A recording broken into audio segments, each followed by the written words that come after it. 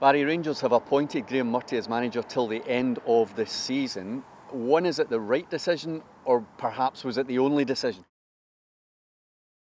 I think it was the only decision because I don't think the Rangers board, I know they went for Derek McInnes, but I don't think they could decide who they wanted. So obviously Graham Murty was in pole position. He'd done a decent enough job, so they decided to give him it, and people just need to get behind him now. His results, to be fair, have been mixed.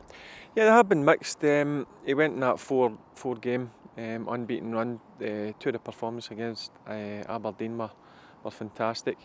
Then he slipped up obviously last week against Kilmarnock when he actually got the job in the Friday, which was disappointing, and I'm sure he would have been disappointed in that. But again, they get back to winning ways last night against Motherwell, so hopefully he can continue that.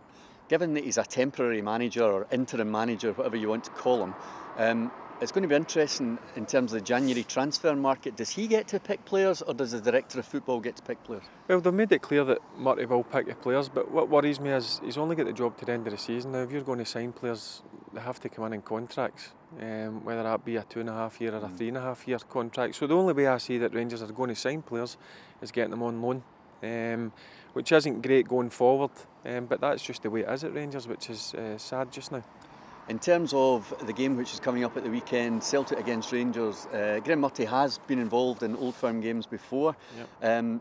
It would be damaging for him to get a really bad result. It would be, but he just needs to look back in the last game he came here, Celtic Park.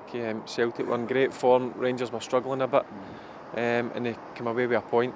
I'm sure he would be happy with that. I think he'll come with a game plan to try and make it difficult for Celtic, and hopefully he can come away with the same result as I said as he had the last time.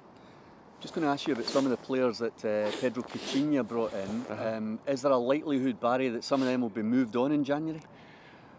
Well, to be fair to the Rangers board, they did give him a lot of money. He spent just under £10 million, which in this day and age is a lot of money up in Scottish football. And since Graham Murty's come in and took over for Pedro Coutinho, he's not played quite a few of them.